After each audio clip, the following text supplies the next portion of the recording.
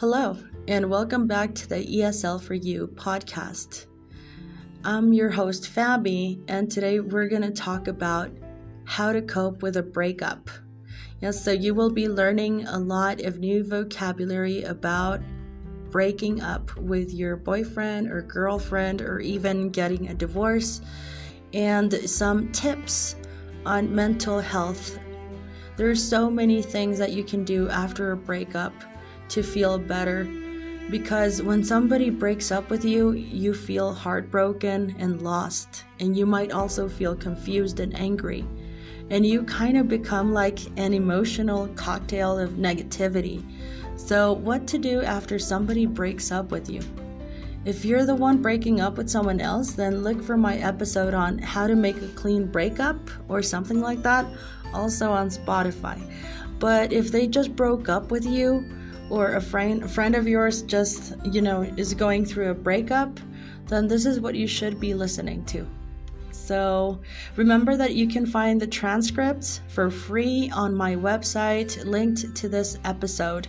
If the transcript is not there yet, it means that I'm still working on it. They're quite long, people. So, here are some possible tips of how to cope with a breakup when somebody breaks up with you, not the other way around.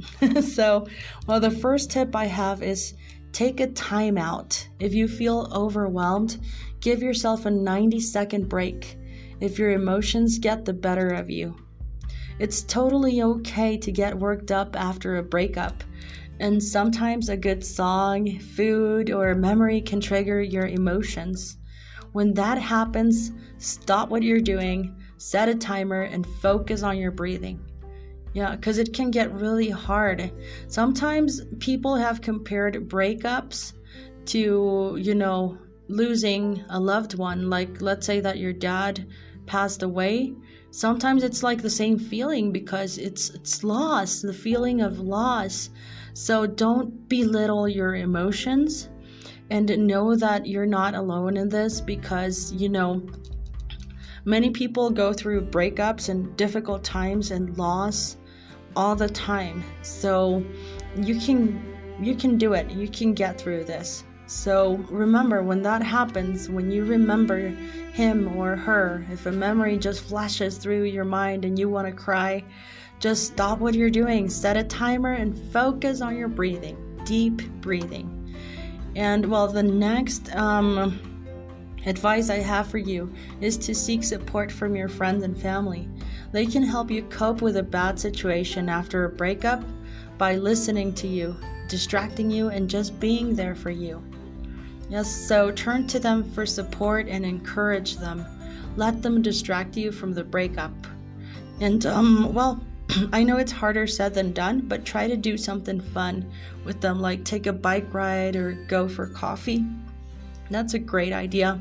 And I know many people in many cultures are very shy or very introverted, or just simply they just don't like to talk about their emotions. So I completely understand. If you can't talk to anybody else about what you're feeling, then you could just journal. You could just take pen and paper and start writing everything you feel. Like, if you don't feel that you trust anyone, like, to tell them about your feelings, you can just go ahead and write everything down. All the negative and the positive and the sad stories and the emotions that you're feeling, just write it down and then burn it. Burn it. It'll make you feel a lot better. But seeking support from your friends and family, I think, is really important. But again, if they're not there for you, then just write it down. Or send me a message. I could also talk to you if you need to be, listened to. All right, the next suggestion I have for you is to take care of yourself physically and mentally. Because sometimes after a breakup, we totally forget about ourselves, and we start eating junk food, or maybe eating nothing at all, or sometimes we just don't care about our physical and mental health. So a breakup can take a toll on your health. So make sure you eat well, sleep enough, exercise regularly, and avoid alcohol and drugs. Really avoid alcohol. I've been through some seriously bad breakups, and I usually got drunk after I broke up with these people, and it doesn't help you. What it does, it kind of intensifies the negative emotions, and that's not good for you in any way. So avoid alcohol and drugs. And you can also practice some self-care activities like taking a bath, reading a book, or watching a comedy, or even listening to my podcast. Yeah, no, I'm kidding. Okay, so you can also focus on the positive aspects of your life. A breakup can make you feel like everything is wrong and nothing will ever get better, but that's not true, people. It's not true. You still have many things to be grateful for and proud of. So make a list of all the good things in your life, such as your achievements, your hobbies, your passions and goals, and remind yourself of these things every single day. So if you can write that down on some, whiteboard you have around your house or something to look at them every single day, then go ahead and do that. Remind yourself of the things that make your life worthwhile. It could be people like your mom and dad. It could be activities like, I love playing the guitar, so I have my guitar around all the time. Things like that, things that make you feel better. And you can also learn from experience and move on. It's easier said than done, I know, but you can do it. A breakup can be a valuable lesson in life. Really, it could be a lesson.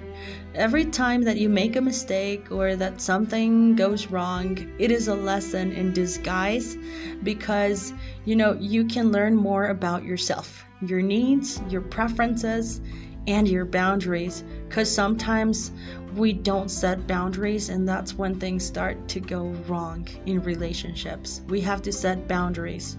You can also learn what went wrong in the relationship and what you can do differently in the future.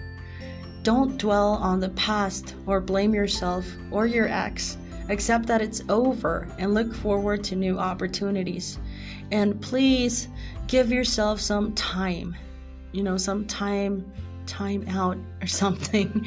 You just can't jump from one relationship to another, because I did that when I was young and stupid. Like, I would break up with someone and then maybe a month later I would be with someone else, and that's not a good idea. That's not going to do you any good. You're just going to be looking for the same kind of person, and then you create a pattern that will hurt you.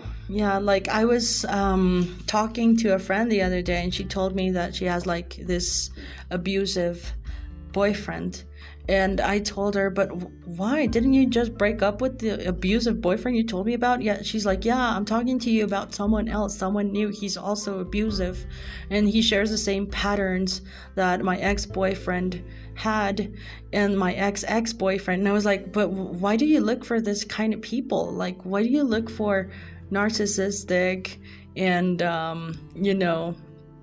violent dudes?